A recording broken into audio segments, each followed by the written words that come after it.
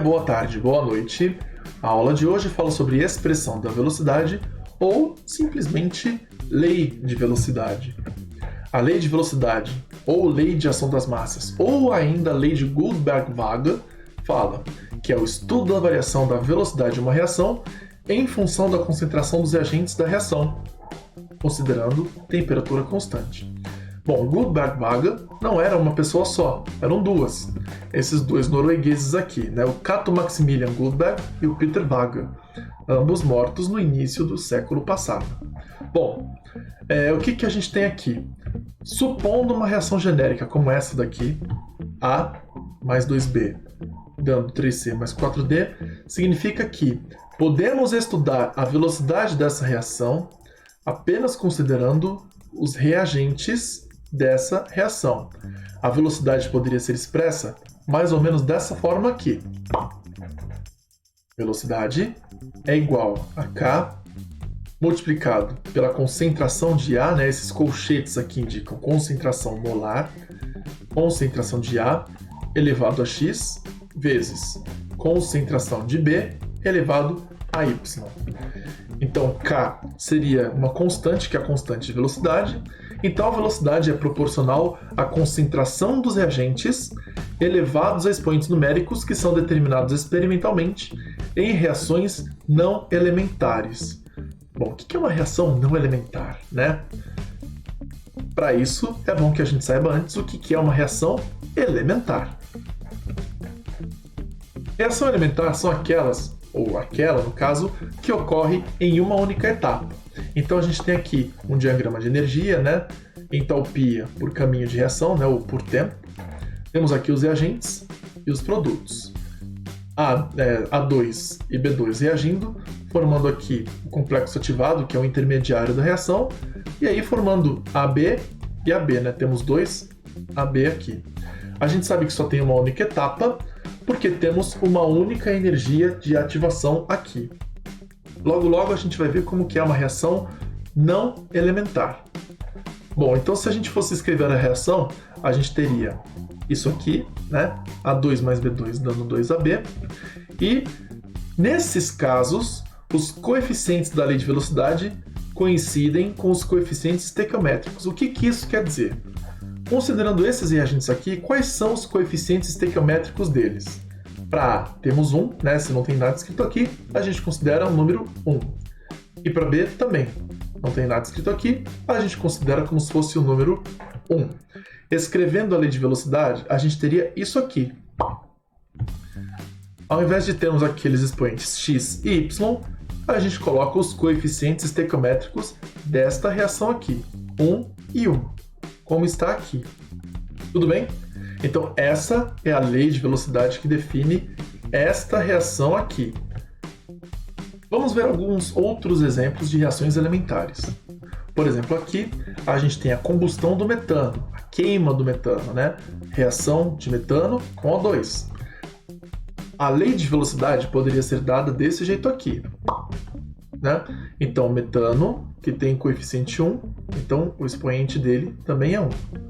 O oxigênio, que tem expoente 2 aqui, né, que tem coeficiente 2 na reação, tem um expoente igual a 2 também. Tudo bem? Nesse caso aqui, reação de neutralização, a base tem coeficiente estequiométrico 1, HCl tem coeficiente 1 também. Então, para a lei de velocidade, a gente tem isso aqui. NaOH elevado a 1, HCl também elevado a 1. Nessa outra reação aqui, já um pouco mais complexa, os reagentes, que são o permanganato de potássio e o HCl, têm estes coeficientes aqui. Então, na lei de velocidade, a gente tem o permanganato elevado a 2, como está aqui, e o HCl elevado a 16. Claro, considerando que todas essas reações são elementares, que acontecem em uma única etapa. O que, claro, principalmente para este caso aqui, não deve ser verdade, porque uma reação complexa dessas provavelmente ocorre em mais de uma etapa. Agora, quando uma reação é não elementar, como que ela se apresenta? Vamos dar uma olhada. Então, para reações não elementares, a gente tem que são reações que ocorrem em mais de uma etapa. Só pelo gráfico aqui, o que a gente vê de diferente em relação àquele gráfico anterior? A gente tem aqui duas energias de ativação. Então aqui a gente tem os nossos reagentes, né? Aqui o eteno e aqui o brometo de hidrogênio. Eles reagem, partem por essa primeira barreira de energia, chegam ao intermediário. Depois desse intermediário, passa-se por outra barreira de energia até chegar aos produtos de fato. Tudo bem? Então aqui isso mostra que são duas etapas que compreendem esse processo aqui. Como reação global, que seria a soma de todas as etapas que ocorrem nessas reações, a gente teria aqui esta reação global aqui, né? O eteno reagindo com brometo de hidrogênio, formando o bromo-etano. Bromo-etano. Bom, como é que ficaria a lei de velocidade para essa reação? Bom, nesses casos, os coeficientes da lei de velocidade são determinados experimentalmente. Bom, então, aqui a gente teria a nossa lei de velocidade de forma genérica, não é? Aqui com os expoentes x e y, já que esses são dados experimentalmente, visto que aqui temos uma reação não elementar. Como é que a gente vai obter esses coeficientes? Bom, vamos dar uma olhada aqui. Se x ou y for igual a 1, aqui a gente tem um reagente de ordem 1, né? Então, se o eteno estivesse elevado a 1, a gente diria que ele é um reagente de primeira ordem ou de ordem 1. Se x ou y valem 2, temos um reagente de ordem 2 ou de segunda ordem. Se x ou y forem iguais a 3, temos um reagente de ordem 3, né? Se x vale 3, eteno é um reagente de terceira ordem, ou de ordem 3. Se y é igual a 3, o brometo de hidrogênio é um reagente de ordem 3, ou de terceira ordem. A soma desses dois coeficientes dá a ordem da reação. Então vamos supor, x é ordem 1, y é ordem 1. Então a reação tem ordem 2. X é ordem 1, y tem ordem 2. 1 com 1, 2, 3. Então a reação é uma reação de terceira ordem. Ou, essa questão da ordem a gente vai entender melhor daqui a pouco o que é. Onde a gente vai trabalhar também como obter estes coeficientes aqui. Vamos lá. Bom, para a gente determinar a lei da velocidade, a gente vai ter que realizar alguns experimentos variando a concentração de apenas um reagente por vez. Para a gente trabalhar como é que funciona isso, vamos pegar essa questão aqui da Federal do Mato Grosso. Dada a equação A mais B dando C e o quadro cinético abaixo, qual a expressão da velocidade que representa a reação? Bom, então vamos lá. Primeira coisa que a gente vai fazer é escrever a lei de velocidade. Aqui está na sua forma genérica. V é igual a K, que é a constante de velocidade, concentração de A elevado a x, concentração de B elevado a y. Né?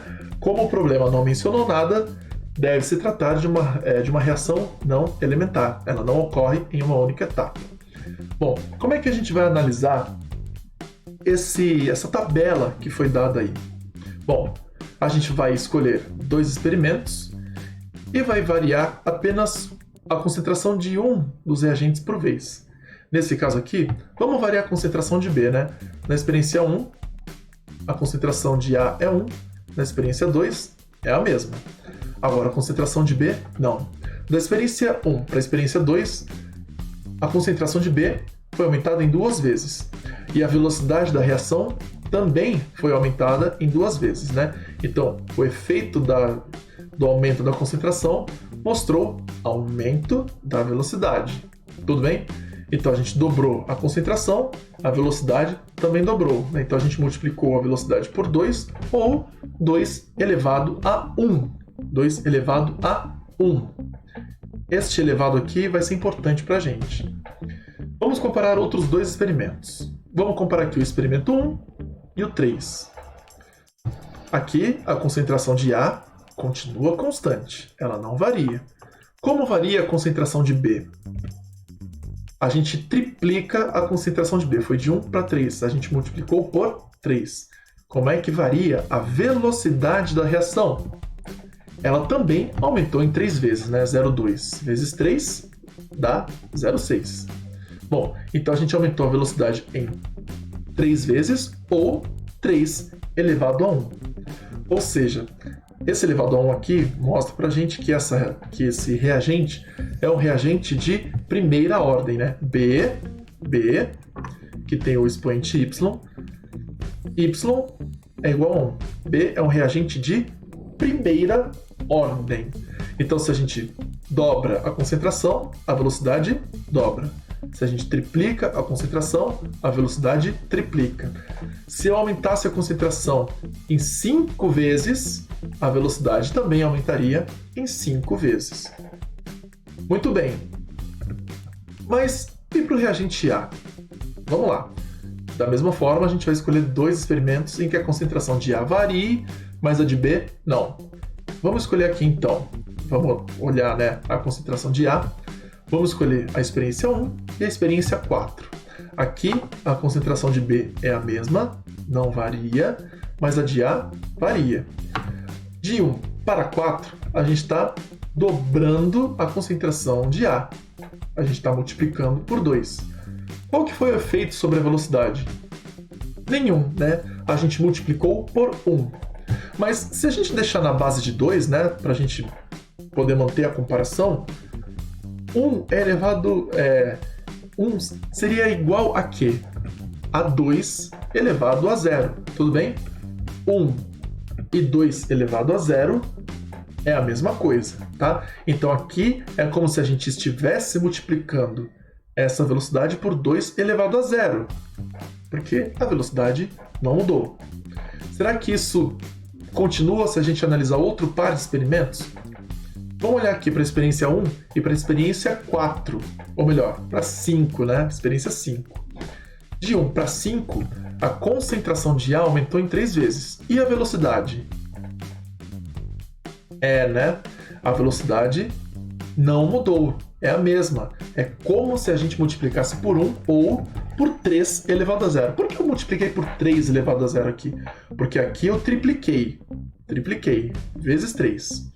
Por isso que eu coloquei base 3 aqui. Se eu tivesse aumentado aqui em 5 vezes, provavelmente o que a gente observaria seria a multiplicação por 5 elevado a 0. Ou seja, A é um reagente de ordem 0, né? Esse expoente aqui, x igual a 0, A é um reagente de ordem 0, ou seja, ele não interfere na velocidade da reação. Eu posso aumentar a concentração de A o quanto for, em 2, 3, 4, 10, 100 vezes. Isso não vai alterar a velocidade da reação. Por isso ele é dito reagente de ordem 0. Então, na hora de reescrever a nossa lei de velocidade, a gente teria isso aqui. X é 0, y é 1, né? Substituindo na nossa lei de velocidade inicial aqui. Só que a gente sabe que qualquer coisa elevado a 0 é 1. Ou seja, a gente pode reescrever essa lei de velocidade desta maneira aqui, não é? A elevado a 0 é 1, qualquer coisa vezes 1 é ela mesma, não é? Então esta seria a lei de velocidade para esta reação aqui, baseada nestes dados. Bom, para a gente achar o valor da constante nesse caso, porque é uma coisa que a gente vai acabar fazendo em algum momento, vamos lá, então tá aqui a nossa lei de velocidade. Isolando esta constante, a gente teria isso aqui, não é? Para a gente encontrar essa constante, basta substituir estes valores pelo que a gente já tem aqui na tabela, né? Então, basta substituir qualquer valor de experimento da tabela para encontrar este valorzinho de K. Então, se a gente escolher, por exemplo, os valores do experimento 1, que são esses aqui, o que a gente tem? Bom, a velocidade no experimento 1 vale 0,2 mol por litro vezes minuto, tá aqui a unidade. A concentração de B vale 1. A concentração de A tanto faz, porque afinal de contas não altera a velocidade da reação. Essa aqui vai dar uma conta super fácil, não é? Em que a gente aqui só vai precisar cancelar essas unidades, que é o que a gente faz aqui, né? Mol por litro cancelado com mol por litro. K vai ser igual a 0,2 por minuto, né? Ou 0,2 minuto a menos 1. Este é o valor da nossa constante de velocidade. Essa análise de unidades pode se tornar muito importante de acordo com a questão que vocês estiverem trabalhando. Tudo bem? Vamos seguir. Vamos dar uma olhadinha nesse exercício aqui do IME. A reação em fase gasosa, né? A mais B dando C mais D, com esses coeficientes aqui, né? Azinho, Bzinho, Czinho, Dzinho, todos minúsculos, foi estudada em diferentes condições, tendo sido obtidos os seguintes resultados experimentais. Então tá aqui. Então foram feitos 3 experimentos e aqui os resultados de velocidade. A partir dos dados acima, determine a constante de velocidade da reação. Bom, aqui ele não menciona a temperatura, porque para a gente poder ter um parâmetro, tudo tem que ser realizado à mesma temperatura, não é? Porque em diferentes temperaturas, o valor de K também é alterado. Bom, então, primeira coisa que a gente tem que fazer é escrever a lei de velocidade. Para essa reação, a gente tem isso aqui. P é igual a K, constante de velocidade, concentração de A elevado a X, concentração de B elevado a Y. 2. Encontrar os coeficientes dessa lei de velocidade. E como é que a gente vai fazer isso nesse caso? Analisando a tabela. Aqui, se a gente começar analisando a concentração de A, a gente pode escolher estes 2 experimentos aqui. Por quê? Nesses experimentos, a concentração de B não varia, mas a de A varia. Do experimento 1 para o 2, a gente dobrou a concentração de A. Qual foi o efeito sobre a velocidade? Aqui a velocidade foi de 3 para 12, ou seja, ela foi aumentada em 4 vezes. Pensando nesse expoente 2 aqui, ou melhor, né, pensando nessa base 2, 4 a gente pode reescrever como em base 2? 4 é a mesma coisa que 2 elevado ao quadrado, não é? Bom, 2 elevado ao quadrado, então este quadrado aqui nos diz que A é um reagente de segunda ordem. A é um reagente de segunda ordem. Se fosse um reagente de primeira ordem, ao dobrar a concentração, a velocidade também dobraria. Não foi o que aconteceu. A velocidade foi aumentada em 4 vezes. Então o efeito sobre a velocidade é mais pronunciado. Por isso ele é um reagente de segunda ordem. Ok. Mas e B? Bom, olhando ou considerando as concentrações de B, vamos pegar esse experimento aqui e este aqui, experimento 2 e experimento 3. Né? Aqui de novo, concentração de A não está variando. Como eu quero analisar o efeito de B, tenho que variar apenas a concentração de B. Bom, no experimento 2, essa é a concentração de B. No experimento 3, esta é a concentração de B. De 2 para 3, a concentração foi multiplicada por 2.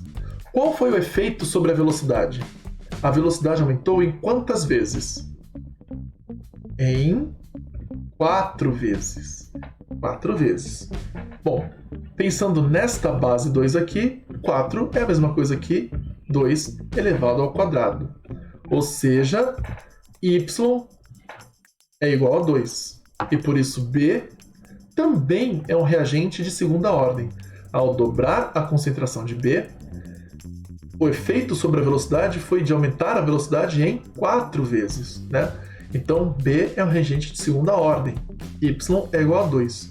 Então, como é que a gente reescreve esta lei de velocidade aqui? Basta substituir por estes numerinhos aqui, não é? Então, V é igual a K ao quadrado, né? Concentração de A ao quadrado, vezes concentração de B ao quadrado. Essa é a lei de velocidade. Só que aqui não basta a gente parar por aqui, porque o problema do IME quer a constante da velocidade da reação. Ele quer saber este K. Bom, isolando o K, o que a gente tem? A gente tem essa expressão aqui, não é? A quadrado e B quadrado, que aqui estão multiplicando K, passam para o outro lado dividindo, então a gente teria essa expressão. Escolhendo qualquer um dos experimentos para colocar, para substituir esses valores aqui, vamos pegar o experimento 1 de novo, tá? Que tem os valores mais simples. A gente tem o quê? Então, ó, no experimento 1, a velocidade é 3 × 10⁻⁵, a concentração de B é 10⁻⁵, concentração de A também 10⁻⁵. Fazendo essa conta aqui, que não é muito difícil, a gente vai conseguir este resultado aqui. 3 vezes 10⁻⁷ vezes litro cubo dividido por mol cubo vezes hora, né? Essa unidade aqui que é um pouquinho mais chata, mas para a gente chegar nela, a gente vai fazer de um jeito muito parecido com o que a gente viu agora há pouco no vídeo. Tudo bem? Muito bem, então. Eu espero que vocês tenham entendido. Bons estudos, boa semana. Qualquer dúvida, deixe nos comentários do vídeo, tá bom? Bons estudos e até mais!